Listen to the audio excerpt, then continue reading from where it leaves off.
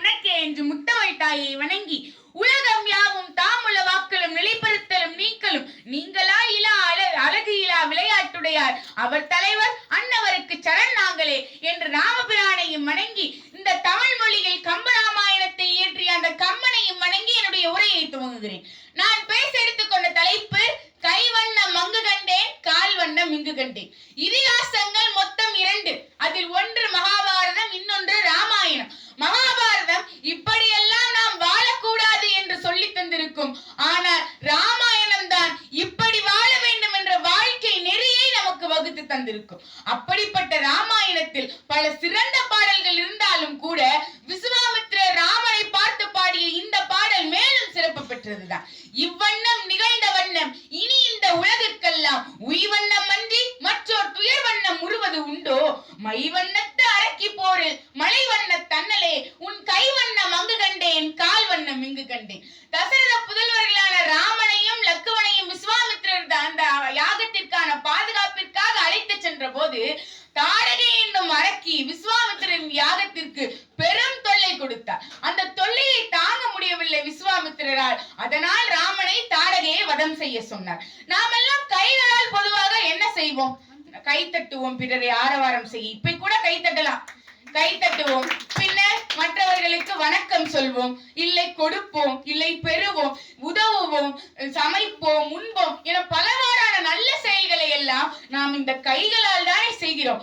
ஆனால் ராமபிரானோ சொல்லுக்கும், அதாவது அந்த அம்பு எப்படி சொல் ரொம்ப கூர்மையா நம்மளை எல்லாம் தாக்குமோ அதே போல சொல்லுக்கும் கடிய வேக சுடுசரம், அந்த சரம் போல இருக்கிற அந்த அம்பு சொல்லுக்கும் கடிய வேக சுடுசரம் கரிய சம்மல் அல்லொக்கும் நிறத்தினால் மேல் விடுதலும் வைரக்குன்ற அதாவது அந்த கல்லொக்கும் நெஞ்சில் தங்காது அப்புறம் கலன்று கல்லா புல்லருக்கு நல்லோர் சொன்ன பொருள் என போயிற்றன்றே.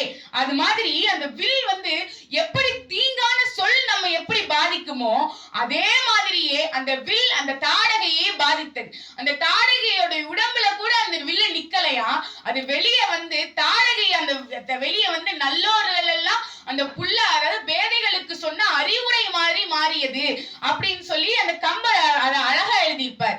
அதுதாங்க இன்னைக்கு நம்ம செய்யற கைகள்ல நல்ல செயல்கள் செஞ்சுட்டு இருக்கோம். ஆனா நம்ம ராமனோ ஒரு பெண்ணை அது மாதிரி குத்தி கொலை செய்ததுக்கு தானே சமம். அதை வதம் செஞ்சிருக்காருல, அதை எப்படி ராமன் செய்வாரு? ராமனோ சத்தியத்திற்கும் நீதிக்கும் உட்பட்டவர். அப்படிப்பட்ட ராமன் ஒரு பெண்ணை எப்படி வதம் செய்வாரு? இந்த பூலோகத்தில் உதிக்கும் ஒவ்வொரு மங்கையிலுமே அந்த ஆதிபராசக்தியின் வடிவம் கொண்டவர்கள் தான். அப்படி இருக்கும் போது ராமன் அந்த செயலை செய்திருக்க வாய்ப்புண்டா? உண்டு. ஆனால் அது கம்பன் சொல்லி இருக்கிறானே.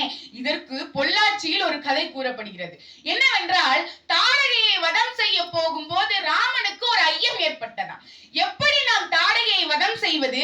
இந்த பூலோகத்தில் உதித்த ஒவ்வொரு மங்கையிடம் பார்வதியின் அவதாரம். அப்போது என் அன்னைக்கல்லவா அவர் சமம். அப்பொழுது நான் எப்படி இந்த பெண்ணை தாடகையை வதம் செய்வது என்ற ஐயப்பாட்டுடன் ராமர் நிற்கும் போது விஸ்வாமித்திரருக்கு அந்த ஐயம் புரிகிறது. ஒரு சிஷியனுடைய மனநிலை அந்த குருவுக்கு தெரியாமலா இருக்கும்.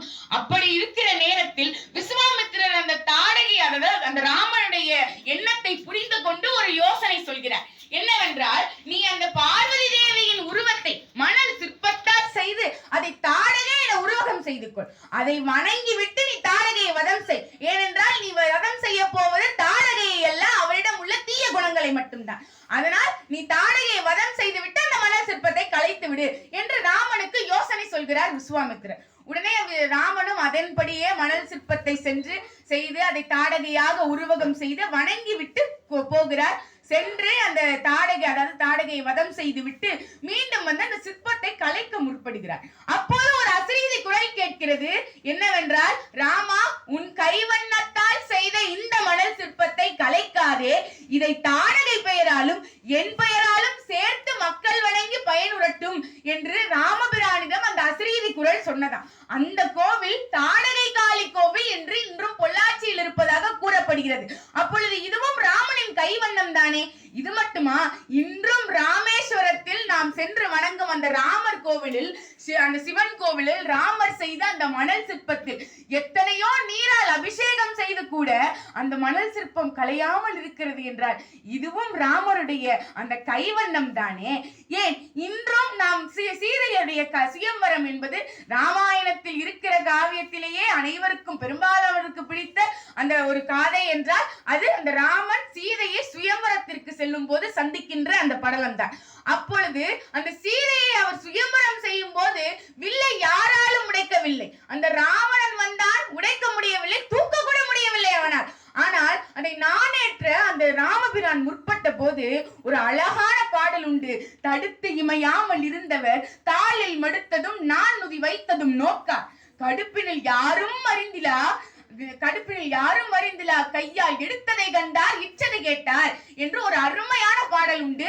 அந்த அருமையான பாடலில் அந்த வில்லில் நான் ஏற்றி அந்த வில்லை உடைத்திருப்பார் அல்லவா ராமபிரான்.